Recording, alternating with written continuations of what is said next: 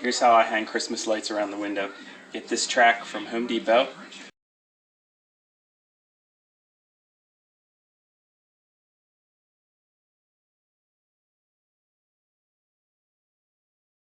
Double-sided tape around the windows.